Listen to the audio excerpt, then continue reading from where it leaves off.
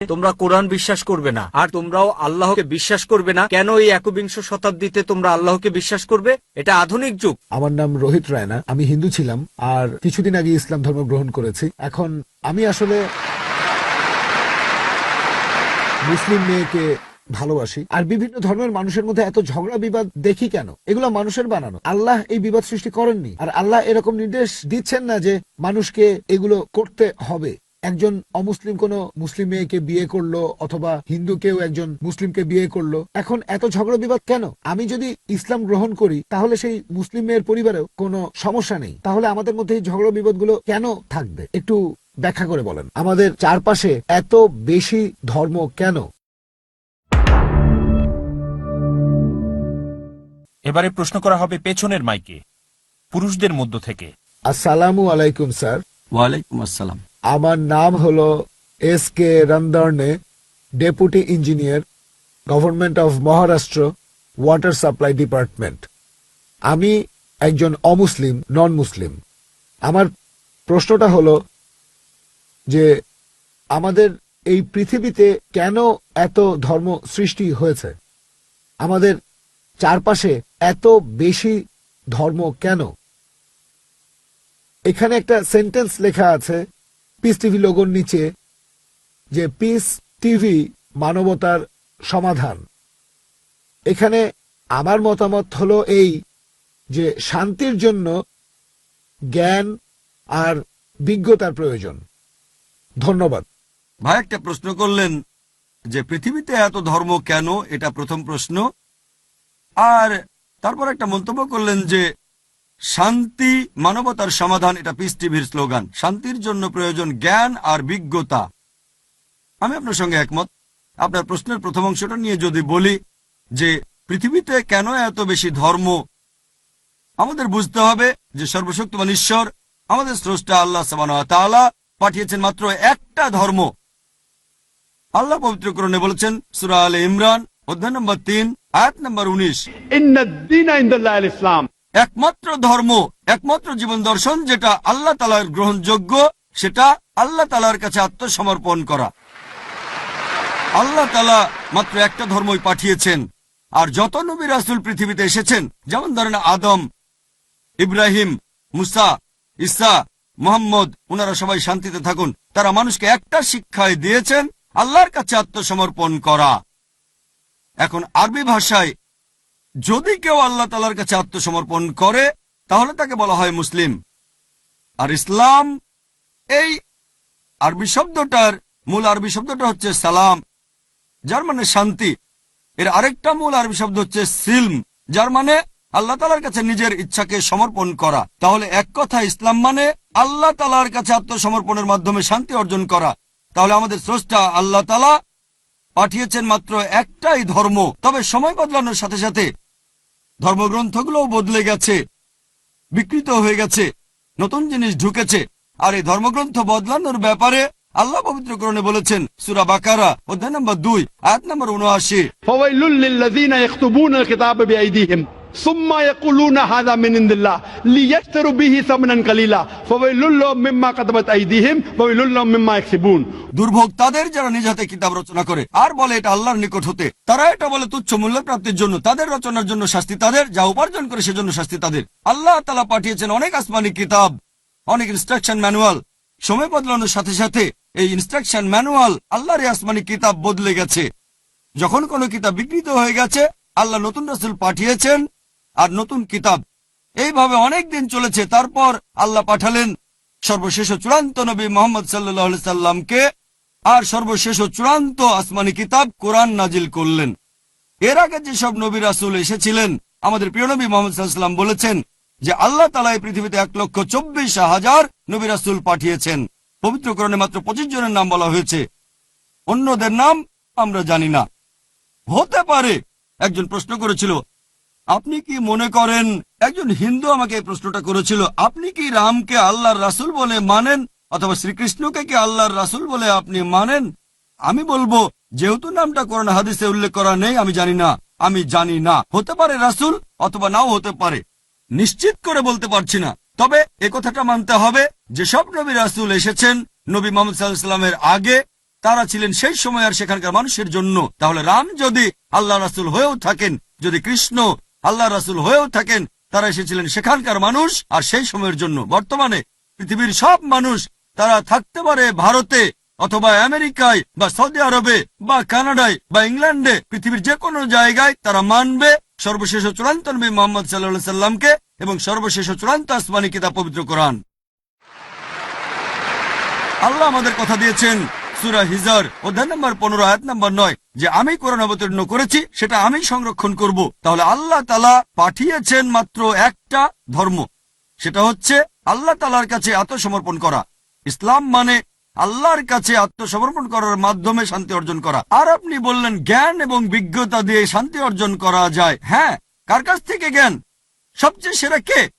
আল্লাহ তাআলা আমাদের স্রষ্টা। কে সবচেয়ে জ্ঞানী? আল হাকিম, তিনি আল্লাহ সুবহানাহু ওয়া তাআলা মহান স্রষ্টা। তাহলে শান্তি অর্জনের সেরা উপায় হচ্ছে সেই জ্ঞান এবং নির্দেশনা মেনে চলা যেটা আমাদের স্রষ্টা আল্লাহ সুবহানাহু ওয়া তাআলা পাঠিয়েছেন। আশা করি উত্তরটা পেয়েছেন। ধন্যবাদ। আমাদের চারপাশে অনেক খারাপ কাজ হচ্ছে, বিভিন্ন খারাপ ঘটনা ঘটছে, শয়তানি, অশ্লীলতা, প্রতারণা, এগুলো তো আমাদের প্রোগ্রামিং নষ্ট হয়ে যেতে পারে। ডাক্তাররা যেমন বলেন সুস্থ থাকতে হলে দিনে অন্তত 3 বার খাবেন, আর আমাদের স্রষ্টা আল্লাহ তাআলা জানেন যে আমাদের দিনে 5 বার প্রোগ্রাম হতে হবে যেন সরল পথে থাকতে পারি। আল্লাহ আমাদের স্রষ্টা, তিনি জানেন আপনি সত্যিকারের খ্রিস্টান হলে আপনারও 5 বার পড়া উচিত। কেন জানেন? কারণ আপনাদের বাইবেল পড়লে দেখবেন বুক অফ অ্যাক্টস যে কিভাবে ওযু করতে হয়। সূরা মাইদা অধ্যায় নম্বর 5 আয়াত 5 যে তোমরা হাত ধোবে, তারপর মুখ ধোবে, পানি দিয়ে মাথা মাসেহ, আর গোড়ালি পর্যন্ত পা ধোবে। একই রকম কথা আছে বুক অফ অ্যাক্টসে। এরপর বুক অফ এক্সোডাস যে হারুন এবং মুসা তাদের মুখ আর হাত ধুলেন, তারপর প্রভুর উপাসনা করলেন। একই রকম মূল অংশ হচ্ছে সিজদা, সুজুদ। এরপর জেনেসিস অধ্যায় নম্বর 17 অনুচ্ছেদ 3 বলা হয়েছে ইব্রাহিম মাটিতে মাথা রেখে ঈশ্বরের প্রার্থনা করলেন। নাম্বারস অধ্যায় 20 অনুচ্ছেদ 6 হারুন এবং মুসা মাটিতে মাথা রেখে ঈশ্বরের প্রার্থনা করলেন। যোশুয়া অধ্যায় 5 অনুচ্ছেদ 14 যোশুয়া মাটিতে মাথা দিয়ে ঈশ্বরের প্রার্থনা করলেন। তারপর দেখবেন গসপেল অফ ম্যাথিউ অধ্যায় নম্বর 26 যে যিশু খ্রিস্ট আলাইহিস সালাম তিনি গেতসেমানির বাগানে কয়েক পা সামনে গেলেন আর মাটিতে মাথা দিয়ে ঈশ্বরের প্রার্থনা করলেন। আমরা মুসলিমরা অনেকটা অ্যাক্রোব্যাটের মতো মাটিতে মাথা দিয়ে আল্লাহর ইবাদত করি। যখন সিজদা করি তখন শরীরের সবচেয়ে উপরের জায়গা মানে কপাল ঠেকায় মাটিতে, আর বলি সমস্ত প্রশংসা আল্লাহর যিনি সবার উপরে, সমস্ত প্রশংসা আল্লাহর যিনি সবার উপরে 3 বার বলি। তাহলে বাইবেলের নবী রাসূলগণ যেভাবে প্রার্থনা করেছেন মুসলিমরাও সেভাবে আমরা প্রার্থনা করে থাকি। আর যীশু খ্রিস্ট ভাই সাল্লাল্লাহু আলাইহি সাল্লাম বলেছেন গসপেল অফ জন অধ্যায় নম্বর 16 অনুচ্ছেদ 12 থেকে 14 আমি তোমাদের অনেক কথা বলতে চাই, কিন্তু সেগুলো এখন সহ্য করতে পারবে না, কারণ যখন সত্যের আত্মা আসবেন তিনি তোমাদের সত্যের পথে নিয়ে যাবেন। তিনি নিজ থেকে কিছু বলবেন না, যা শুনবেন সেটাই বলবেন, আমাকে মহিমান্বিত করবেন। তাহলে যীশু খ্রিস্ট তার নিজের মুখে বলেছেন সত্যের আত্মার জন্য অপেক্ষা করো। এখানে মুহাম্মদ সাল্লাল্লাহু আলাইহি সাল্লামের কথা বলা হয়েছে।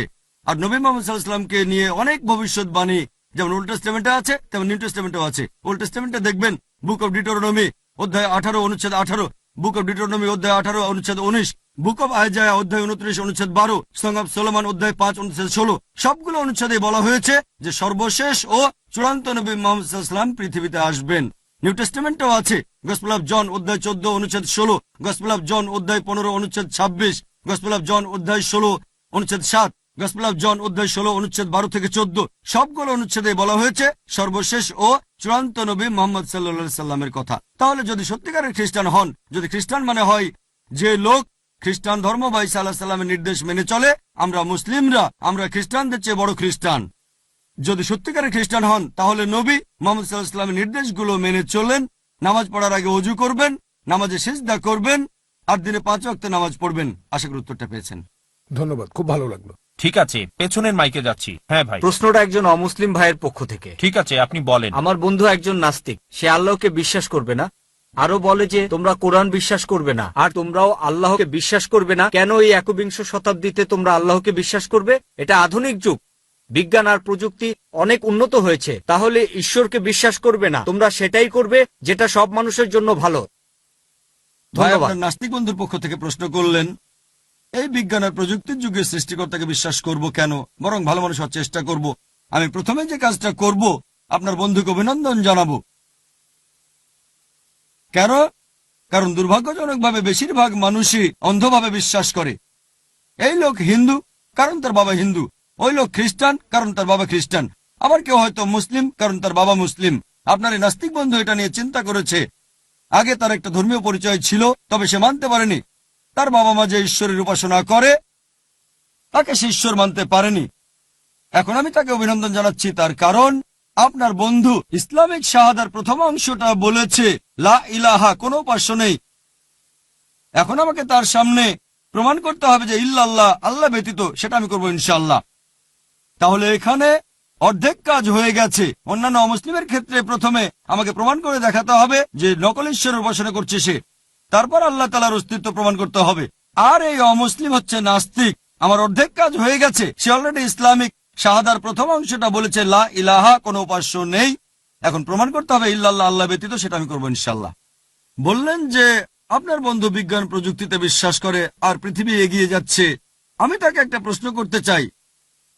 ধরেন একটা নতুন যন্ত্র তার সামনে রাখা হয়েছে যেটা পৃথিবীর কোনো মানুষ আগে দেখেনি। তখন আপনার বন্ধুকে যদি প্রশ্ন করা হয় এই যন্ত্রটা কিভাবে কাজ করবে, সে ব্যাপারে তোমাকে সবার প্রথমে কে জানাতে পারবে যেটা পৃথিবীর কোনো মানুষ আগে দেখেনি? কে প্রথম বলতে পারবে?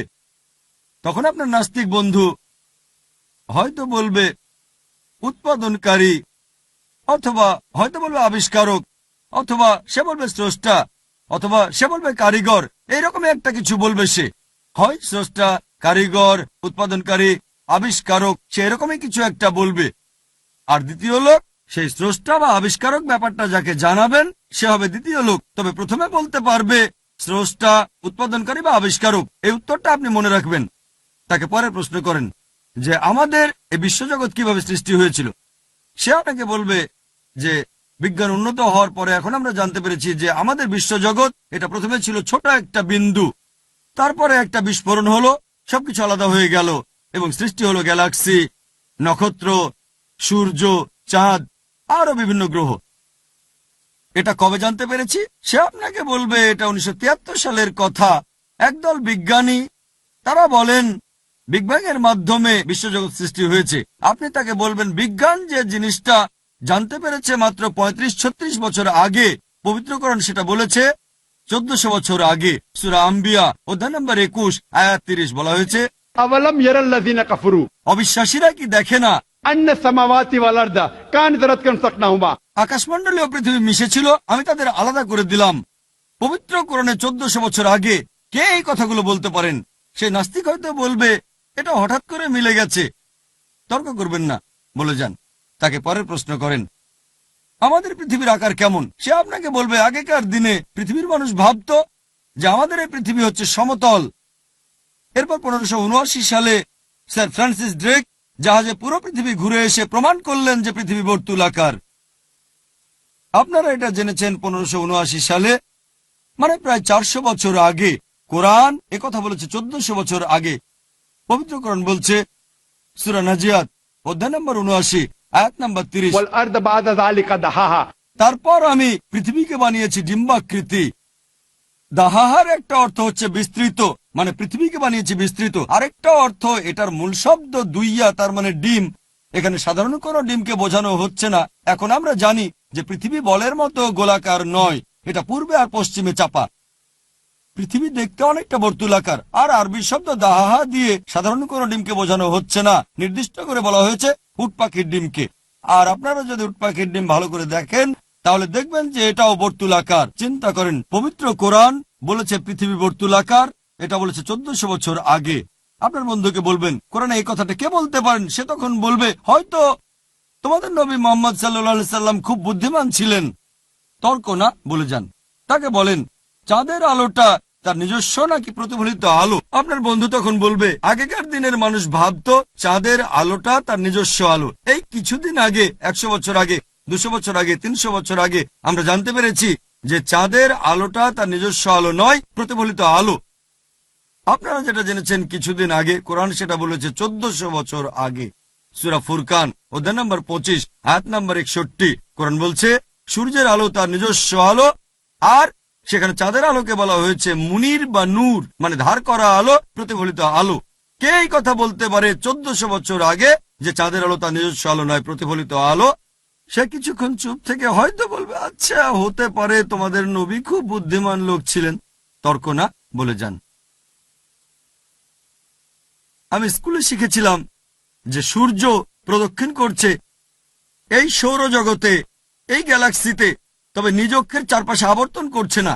কোরআনে কি এটা লেখা আছে? না, আমি এটা পড়েছিলাম স্কুলে 1982-তে। স্কুলে 1982, 27 বছর আগে আমি পড়েছিলাম যে সূর্য স্থির থাকে, কিন্তু পবিত্র কোরআন বলছে সূরা আম্বিয়া অধ্যায় 21 আয়াত নাম্বার 33, هو الذي خلق الليل والنهار আল্লাহ সৃষ্টি করেছেন রাত ও দিন, والشمس والقمر সূর্য ও চন্দ্র, كل في فلك يسبحون।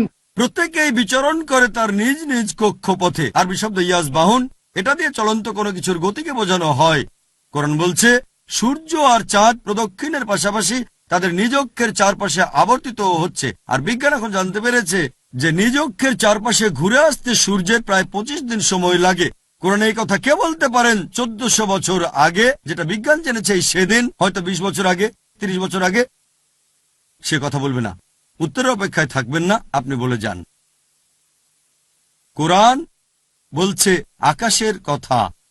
আল্লাহ তাআলা আকাশকে বানিয়েছেন সুরক্ষিত ছাদ, এটা ছাড়া পৃথিবীতে প্রাণী বাস করতে পারত না। সূরা আম্বিয়া অধ্যায় নম্বর 21 আয়াত নম্বর 32। কোরআন বলছে পানিচক্র সম্পর্কে, এটা অনেক জায়গায় বলা হয়েছে। সূরা জুমার অধ্যায় নম্বর 39 আয়াত নম্বর 21, সূরা রুম অধ্যায় 30 আয়াত 24, সূরা হিজর অধ্যায় 15 আয়াত 22, সূরা মুমিনুন অধ্যায় 23 আয়াত 18, সূরা নূর অধ্যায় 24 আয়াত 40, সূরা আরাফ অধ্যায় 7 আয়াত 57। অনেক জায়গায় পবিত্র কোরআনে পানিচক্র সম্পর্কে একেবারে বিস্তারিত বলা হয়েছে। কে 1400 বছর আগে এই কথাগুলো বলতে পারেন? সে কথা বলবে না, সমস্যা নেই, আপনি বলে যান। কোরআন বলছে বায়োলজি সম্পর্কে, প্রাণবান সবকিছু সৃষ্টি করলাম পানি থেকে। কোরআন বলছে বোটানি সম্পর্কে, যে আমি সব গাছপালা সৃষ্টি করেছি জোড়ায় জোড়ায়, তার মানে হচ্ছে দুটো লিঙ্গ, পুরুষ ও স্ত্রী। সূরা তাহা অধ্যায় নম্বর 20 আয়াত নম্বর 53। কোরআন বলছে প্রাণীদের সৃষ্টি করা হয়েছে পানি থেকে। সূরা নূর অধ্যায় নম্বর 24 আয়াত নম্বর 45। কোরআন বলছে যে মানুষও সৃষ্টি করেছে পানি থেকে। সূরা ফুরকান অধ্যায় নম্বর 25 আয়াত নম্বর 54। এছাড়াও কোরআন বলছে জেনেটিক্স নিয়ে, যে পুরুষের শুক্রাণুই সন্তানের লিঙ্গ নির্ধারণ করে। সূরা নাজম অধ্যায় নম্বর 53 আয়াত 45 ও 46। এছাড়াও সূরা কিয়ামা অধ্যায় নম্বর 75 আয়াত 37 থেকে 39। কোরআন বলছে ভ্রূণবিদ্যা সম্পর্কে, কোরআন বলছে জিওলজি সম্পর্কে, বলছে সমুদ্রবিদ্যা সম্পর্কে। এ বিষয়ে কয়েক ঘন্টা লেকচার দিতে পারি। কোরআনের বৈজ্ঞানিক তথ্য বলার পরে আপনার বন্ধুকে আপনি বলেন কোরআনে কে এই কথাগুলো 1400 বছর আগে বলতে পারে, সে তখন একটা উত্তরই দেবে, সেটা স্রষ্টা, উৎপাদনকারী, কারিগর, আবিষ্কারক। এই স্রষ্টা, এই উৎপাদনকারী, এই কারিগর, আমরা মুসলিমরা তাকে বলি আল্লাহ, বলি স্রষ্টা। বর্তমানের বিজ্ঞান ঈশ্বরকে বাদ দিচ্ছে না, ঈশ্বরের কিছু মডেলকে বাদ দিচ্ছে। লা ইলাহা ইল্লাল্লাহ। এ কারণে একজন বিখ্যাত দার্শনিক ফ্রান্সিস বেকন তিনি বলেছেন, বিজ্ঞান সম্পর্কে অল্প জানলে আপনি হবেন নাস্তিক, তবে বিজ্ঞান সম্পর্কে বেশি জানলে সৃষ্টিকর্তার কাছাকাছি চলে আসবেন। আপনার বন্ধুকে আমার ভিডিও ক্যাসেট দেখতে বলবেন, is the Quran God's word আর কোরআন অ্যান্ড মডার্ন সায়েন্স। এখানে আমি প্রমাণ করেছি আল্লাহ সুবহানাহু ওয়া তাআলার অস্তিত্ব। আশা করি উত্তরটা পেয়েছেন। হ্যাঁ ভাই। গুড ইভিনিং স্যার, আমার নাম রোহিত রায়না। আমি হিন্দু ছিলাম, আর কিছুদিন আগে ইসলাম ধর্ম গ্রহণ করেছি। এখন আমি আসলে মুসলিম মেয়েকে ভালোবাসি, তবে সেটাই প্রধান কারণ না। আসল কারণটা হলো আমি ইসলাম ধর্ম গ্রহণ করেছি একেবারে অন্তর থেকে। আপনাকে খোলা মনেই বলি, আমি আরবি ভাষা জানি না, উর্দু ভাষাটাও আমি খুব সামান্য জানি, এছাড়া সংস্কৃত ভাষাও জানি না। আমি আমার ব্যাকগ্রাউন্ড হিন্দু। এখন আমি ইসলাম সম্পর্কে জানতে চাই, কারণ শুধু এটা নয় যে একজন মুসলিম মেয়েকে বিয়ে করতে যাচ্ছি। আর বিভিন্ন ধর্মের মানুষের মধ্যে এত ঝগড়া বিবাদ দেখি কেন? এগুলো মানুষের বানানো। আল্লাহ এই বিবাদ সৃষ্টি করেননি, আর আল্লাহ এরকম নির্দেশ দিচ্ছেন না যে মানুষকে এগুলো করতে হবে। একজন অমুসলিম কোনো মুসলিম মেয়েকে বিয়ে করলো, অথবা হিন্দু কেউ একজন মুসলিমকে বিয়ে করলো, এখন এত ঝগড়া বিবাদ কেন? আমি যদি ইসলাম গ্রহণ করি তাহলে সেই মুসলিম মেয়ের পরিবারেও কোনো সমস্যা নেই। তাহলে আমাদের মধ্যে এই ঝগড়া বিবাদগুলো কেন থাকবে? একটু ব্যাখ্যা করে বলেন। ভাই, আপনি প্রশ্ন করলেন আর আলহামদুলিল্লাহ আপনি ইসলাম ধর্ম গ্রহণ করেছেন, একজন মুসলিম মেয়েকে ভালোবাসেন, তবে সেটা প্রধান কারণ না, অন্তর থেকে ইসলাম ধর্ম গ্রহণ করেছেন। আরো বললেন আরবি ভাষা জানেন না, সংস্কৃতও জানেন না। ভাই, এটা বাধ্যতামূলক না যে বেহেশতে যেতে আপনাকে আরবি জানতেই হবে, বাধ্যতামূলক না। তবে এখন আমি ইংরেজির মাধ্যমে আরবি শিখছি। ভাই, আমি আগেও বলেছি যে বেহেশতে যাওয়ার জন্য আপনার আরবি ভাষা জানাটা বাধ্যতামূলক না। বলেছি আরবি জানলে কোরআন সবচেয়ে ভালোভাবে বুঝতে পারবেন। যদি আরবি না জানেন, কোরআনের অনুবাদ সেই ভাষায় পড়েন যেটা সবচেয়ে ভালো জানেন। ইংরেজি ভালো জানলে ইংরেজিতে কোরআনের অনুবাদ পড়েন, বাংলা ভালো জানলে বাংলা ভাষায় কোরআনের অনুবাদ পড়েন। আপনাকে জানতে হবে নামাজের সময় মিনিমাম যে সূরাগুলো দরকার হয়। নামাজ ইসলাম ধর্মের অন্যতম গুরুত্বপূর্ণ স্তম্ভ। নামাজে যেটুকু দরকার অন্তত সেগুলো মনে রাখবেন আপনি। কারণ যখন নামাজের মাধ্যমে আল্লাহ তাআলার ইবাদত করবেন, তখন আপনি বলবেন অরিজিনাল ভাষায়। অনুবাদ করে বললে ভুল হতে পারে।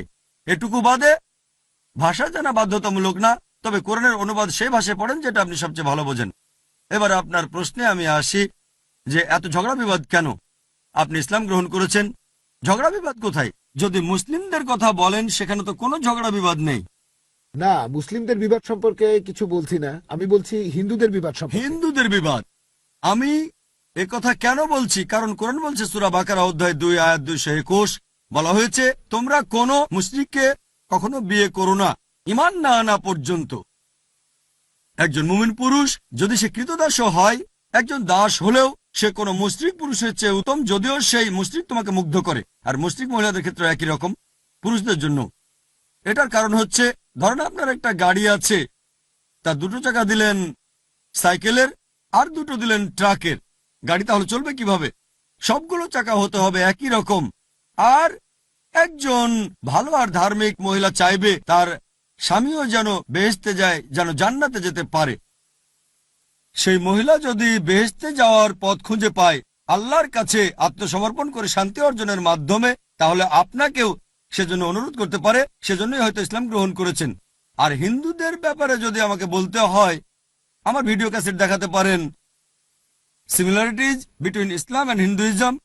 আমি তাদের বলবো, মানুষ এটাকে বলে ইন্টারফেথ, আমি তাদের বলবো অন্তত এটা মানেন।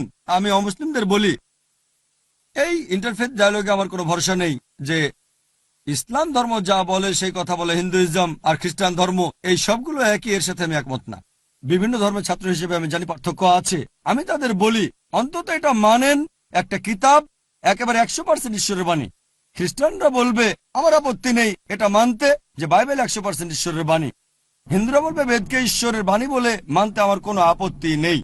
আর মুসলিমরা বলবে আমার এটা মানতে কোনো আপত্তি নেই যে কোরআন আল্লাহর বাণী। আমি তাদের বলি যে ব্যাপারগুলো কমন এই ধর্মগ্রন্থগুলোতে আসে নাকি সেগুলো আমরা মেনে চলি, যেগুলো আলাদা, যেগুলোতে পার্থক্য আছে সেগুলো পরে আলোচনা করব। যে ব্যাপারগুলো কমন একেবারে, সেগুলো 100% মেনে চলি। আর ধর্মগ্রন্থ পড়লে দেখবেন সবগুলো ধর্মগ্রন্থই বলছে যে ঈশ্বর কেবলমাত্র একজন। সবগুলো ধর্মগ্রন্থই বলছে সর্বশক্ত ঈশ্বরের কোনো প্রতিমূর্তি নেই, তার কোনো প্রতিমা নেই, কোনো মূর্তি নেই। আসেন আমরা সবাই মেনে নেই যে এক আল্লাহর ইবাদত করব, যার কোনো প্রতিমূর্তি নেই, যার কোনো প্রতিমা নেই। সবগুলো ধর্মগ্রন্থই, হোক সেটা বেদ অথবা হোক বাইবেল অথবা কোরআন, সবাই বলছে যে সর্বশেষ ও চূড়ান্ত নবী মুহাম্মদ সাল্লাল্লাহু আলাইহি সাল্লাম। এমনকি আপনি বাইবেলেও দেখবেন সেখানে যীশু খ্রিস্ট সাল্লাল্লাহু বলেছেন, এটা আছে গসপেল অফ জন অধ্যায় নম্বর 16 অনুচ্ছেদ 12 থেকে 14। যীশু খ্রিস্ট নিজের মুখে বলেছেন তোমাদেরকে অনেক কিছু বলার আছে, কিন্তু সেগুলো এখন সহ্য করতে পারবে না, কারণ যখন সত্যের আত্মা আসবেন তিনি তোমাদের সত্যের পথে নিয়ে যাবেন। তিনি নিজ থেকে কিছু বলবেন না, যা শুনবেন সে কথা বলবেন, তোমাদের ভবিষ্যতের কথা বলবেন। তাহলে এখানে যীশু খ্রিস্ট সাল্লাম তিনি বলেছেন তোমাদের আমি অনেক কথাই বলতে চাই, কিন্তু সেগুলো এখন বুঝতে পারবে না।